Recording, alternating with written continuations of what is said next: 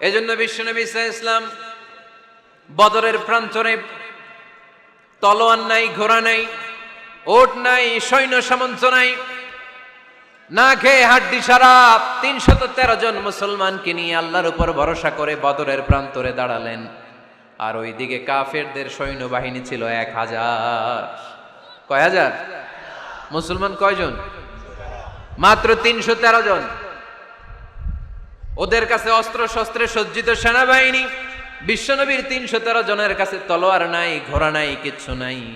বিশ্বনবী আল্লাহর উপর ভরসা করে এক মুষ্টি বালি নিয়ে ওয়াশাহাতিল ওযু, কাফেরদের চোখগুলো ধ্বংস হোক বলে তিনি বালুগুলো ছড়িয়ে দিলেন। মুহূর্তের মধ্যে ১,০০০ সৈন্যবাহিনীর কাফের সৈনিকদের চোখের মধ্যে ধূলিকণা পৌঁছে দিল কে?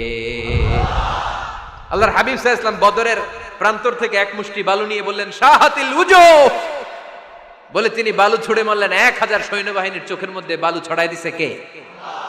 বুঝে শুনে উত্তর দিয়েন। এখানে ১,০০০ লোক দাঁড়ানো, আমি বালু নিলাম, গায়ের যত জোর আছে সবার চোখের দিকে মারলাম। ১,০০০ জনের চোখের ভিতরে ঢুকবে? সর্বোচ্চ ৫ জন, বেশি হইলে ১০ জন, তার চেয়ে বেশি হইলে ২০ জন, বেশি হইলে ৫০ জন। বুঝে শুনে উত্তর দিয়েন। আমার মুষ্টিবদ্ধ বালু ছুঁড়ে মারলে ১,০০০ মানুষের চোখের মধ্যে পড়বে? আওয়াজ করে বলেন পড়বে। এজন্য আল্লাহ বলেন নবী ওটা তুমি মারো নাই, ওটা আমি মারছি। সুবহানাল্লাহ নাই? আল্লাহ বিশ্বনবীর ডেকে বলেন ওমা রামাইতা ইয রামাইতা ওয়ালাকিন্নাল্লাহা রামা। নবী হে, বালু তুমি ঠিকই তোমার হাতে নিয়েছো, কিন্তু আমি আল্লাহ নিজ দায়িত্বে ১,০০০ কাফেরের চোখের ভেতরে বালুগুলো পৌঁছে দিয়েছি। তাহলে বান্দা যখন নফল ইবাদত করে তখন বান্দার হাত আর বান্দার হাত থাকে না, ওইখানে আল্লাহর হাত যুক্ত হয়ে যায়। বান্দার পা থাকে না, সেখানে আল্লাহর পা যুক্ত হয়ে যায়। বান্দা যখন দেখে নিজ চোখে দেখে না, আল্লাহর দৃষ্টিশক্তি সেখানে যুক্ত হয়ে যায়। চিল্লায় বলেন ঠিক কি না?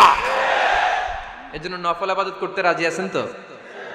সুনানে তিরমিজির বর্ণনায় আল্লাহর হাবিব সাল্লাল্লাহু আলাইহি ওয়াসাল্লাম বললেন হাদিসে কুদসি, কিয়ামতের দিন বান্দার যখন ফরজে ঘাটতি হবে, কিসে ঘাটতি হবে? ফরজে। আল্লাহ পাক বলবেন উনজুরু হাল্লি আবদি মিন তাতাওয়ু, ও ফেরেশতারা দেখো তো আমার বান্দা নফল করছে কিনা। ফরজে যেহেতু তার ঘাটতি, দেখো তো আমার বান্দার কোনো নফল ইবাদত আছে কিনা। ফেরেশতারা বলবে আছে।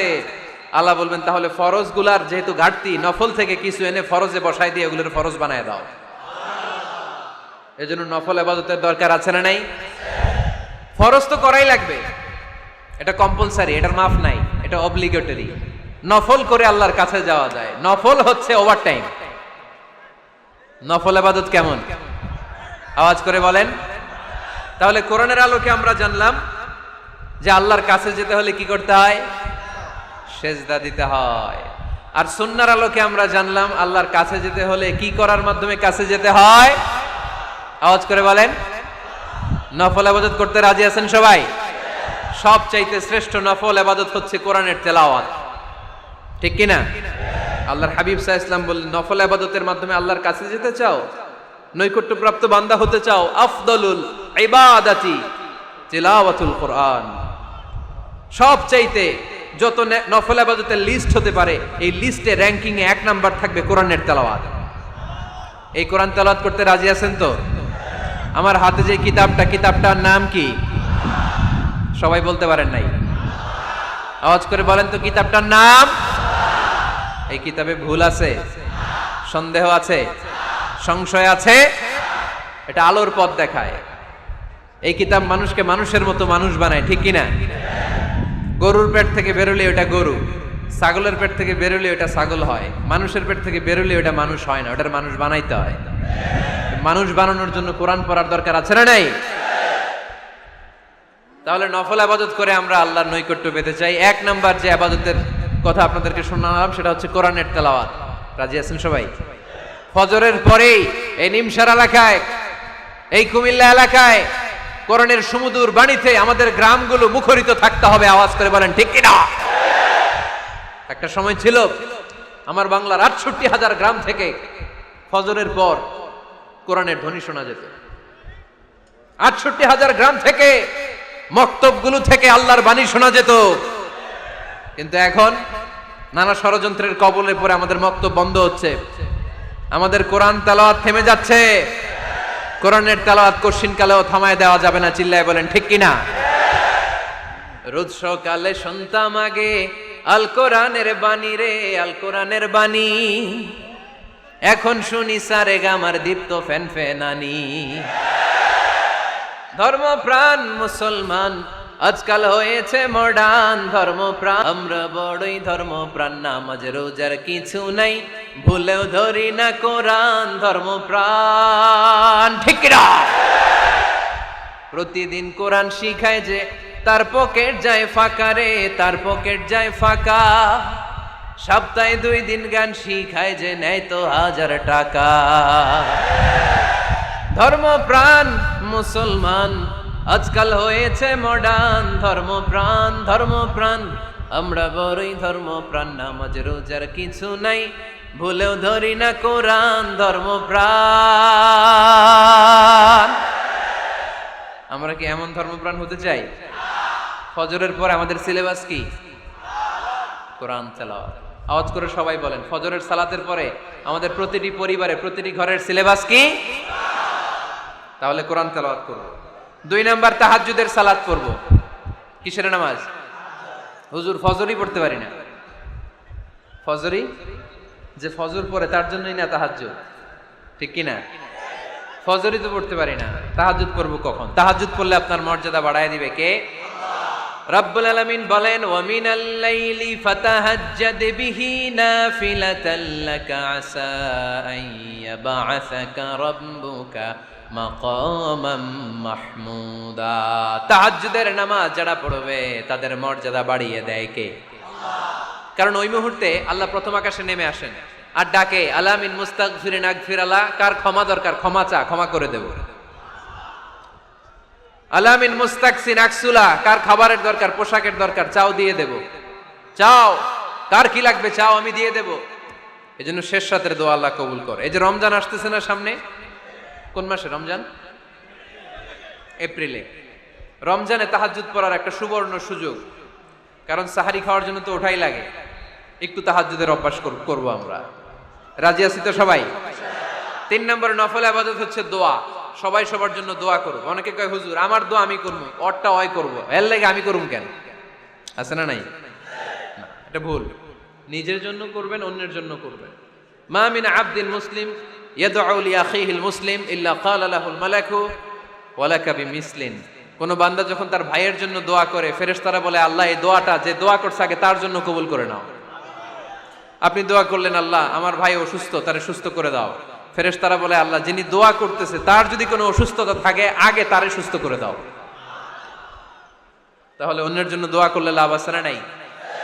দোয়া করতে জানে না অনেকে। দোয়ার আলোচনা আছে আমার, ইউটিউবে সার্চ দিবেন দোয়া, মিজানুর রহমান আজহারি পেয়ে যাবেন। It's an art. দোয়াটা একটা শিল্প। এটার মধ্যে চোখের পানি জুড়ে দিবেন, আবেগ জুড়ে দিবেন, মুহূর্তেই আরশের মধ্যে যে নক করবে। সুবহানাল্লাহ কইবেন না? চোখের পানির দাম আল্লাহর কাছে খুব বেশি। 2 ফোঁটা পানি। কি আপনারা বিরক্ত হয়ে গেছেন? আর 2-1 মিনিট বসেন। 2 ফোঁটা পানি আল্লাহর কাছে প্রিয়। আওয়াজ করে বলেন, কয় ফোঁটা? 2 ফোঁটা। এক হচ্ছে জিহাদের ময়দানে রক্তের ফোঁটা, আরেক হচ্ছে অনুতপ্ত বান্দার চোখের পানির ফোঁটা। অনুতপ্ত বান্দা যখন অনুতপ্ত হয়ে কাঁদে, তার চোখের পানি চোখ বেয়ে নাকের ডগাবে মাটিতে পড়ার আগেই ওই বান্দার সব গুনাহ আল্লাহ মাফ করে দেয়। তাহলে প্রথমে কোরআন তেলাওয়াত, তারপর তাহাজ্জুদের নামাজ, তারপরে দোয়া, 4 নম্বরে জিকির। জিকির নফল ইবাদত, ঠিক কি না? জিকির করতে করতে স্টেজের উপরে উঠে যাবেন আপনারা সবাই। পারবেন কারা কারা? হাত তোলেন। কত বড় সাহস দেখছেন? আমার উপরে বলে লাফায় উঠবে। বাঁশ আছে এই জায়গায়, বাঁশ। হ্যাঁ, না এটা করবেন না। কারণ ফাযকুরুল্লাহ কামা আল্লামাকুম। জিকির ওইভাবে করো যেভাবে আল্লাহ শিখিয়েছেন। আল্লাহ কিভাবে শিখিয়েছেন? ওয়াযকুরু রাব্বাকুম ফি নাফসিক। দেখেন জিকির করার পদ্ধতি কোরআন থেকে শুনেন। মনে মনে করো, তাদাররুআন সবিনয়ে করো, খিফাতান ভীত বিহবল চিত্তে করো, দুনাল জাহরি মিনাল কওল অনুচ্চ স্বরে, বেশি আওয়াজ করে লাফালাফি করো না। এটা হচ্ছে জিকির করার পদ্ধতি। জিকির করার পদ্ধতি আল্লাহর হাবিব শিখালেন, আহাব্বুল কালামি ইলাল্লাহি আরবাআ। আল্লাহর কাছে সবচেয়ে প্রিয় কথা কয়টি? 1 নাম্বার সুবহানাল্লাহ, 2 নাম্বার আলহামদুলিল্লাহ। 3 নাম্বার লা ইলাহা ইল্লাল্লাহ। 4 নাম্বার আল্লাহু আকবার। এর চেয়ে শ্রেষ্ঠ জিকির আর হতে পারে? আবার আল্লাহর হাবিব সাল্লাল্লাহু আলাইহি ওয়াসাল্লাম বললেন, মান ক্বালা লা ইলাহা ইল্লাল্লাহ দাখালাল জান্নাহ। একবার লা ইলাহা বলে যে মরতে পারবে তার জন্য জান্নাত ওয়াজিব করে দিবে কে? আল্লাহ। এই জিকিরগুলো করবেন হাতের গিড়ায়, আঙ্গুলের গিড়া আছে না, ডান হাত তুলেন তো, এরকম গিড়াগুলো দেখান তো আমারে, এইভাবে সুবহানাল্লাহ সুবহানাল্লাহ সুবহানাল্লাহ। এটা সুন্নাত, পারা যাবে?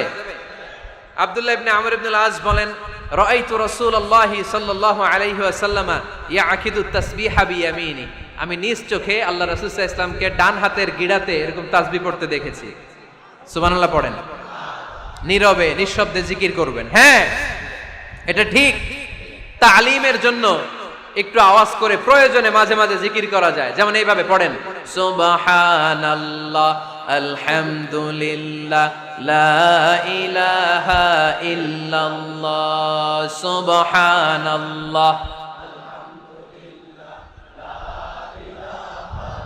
লা ইলাহা ইল্লাল্লাহ মুহাম্মাদুর রাসূলুল্লাহ সাল্লাল্লাহু আলাইহি ওয়াসাল্লাম। এই যে আপনাদেরকে এখন আমি তালিম দিলাম, এই তালিমের উদ্দেশ্যে সুন্দরভাবে অল্প আওয়াজে জিকির করা যায়, কিন্তু চিৎকার চেঁচামেচি করে, আমার দিকে তাকান, এদিকে তাকান, চিৎকার চেঁচামেচি করে লাফালাফি করে জিকির করা যাবে? জিকির করতে করতে প্যান্ডেলের বাঁশের মাথায় ওঠা যাবে? যিনি জিকির পরিচালনা করতেছেন ওনার ঘাড়ে ওঠা যাবে? যাবে? আল্লাহর হাবিব সাল্লাল্লাহু আলাইহি ওয়াসাল্লাম জিকির করতেছেন, আবু বকর ওমরে ফারুক বসা, আবু বকর রাদিয়াল্লাহু জিকির করতে করতে আল্লাহ রাসূলের ঘাড়ে।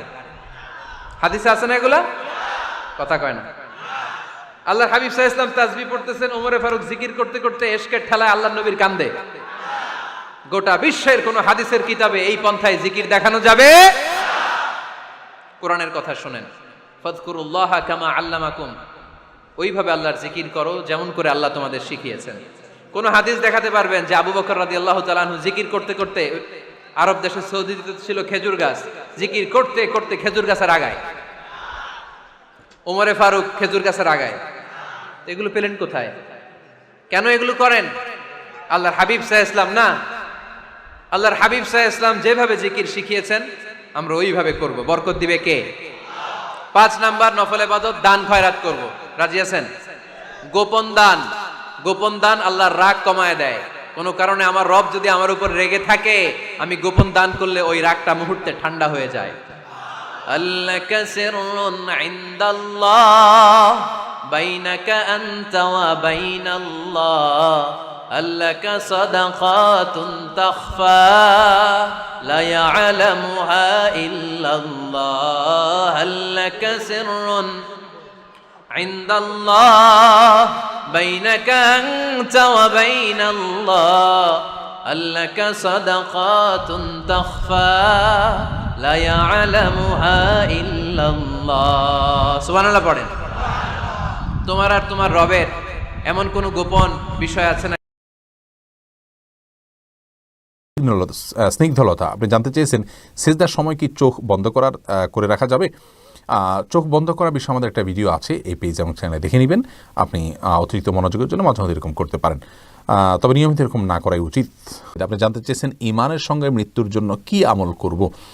ইমানের সঙ্গে মৃত্যুর জন্য অনেকগুলো আমল আছে, এই বিষয়ে আমাদের একটা ভিডিও আছে আমাদের পেজ এবং চ্যানেলে, ইউটিউব চ্যানেলে আসুন্নাহ ফাউন্ডেশন লিখে সার্চ দিলে, সেই চ্যানেলে গিয়ে আপনি সার্চ দিলে পাবেন ইমানের মৃত্যুর জন্য সহায়ক আমল। অনেকগুলো আমল আছে, নিয়মিত মেসওয়াক করবেন এবং ইমান এবং আমলের উপরে বেশি বেশি অটল অবিচল থাকবেন, চর্চা করবেন, ইনশাআল্লাহ ইমানের মৃত্যু সহজ হবে।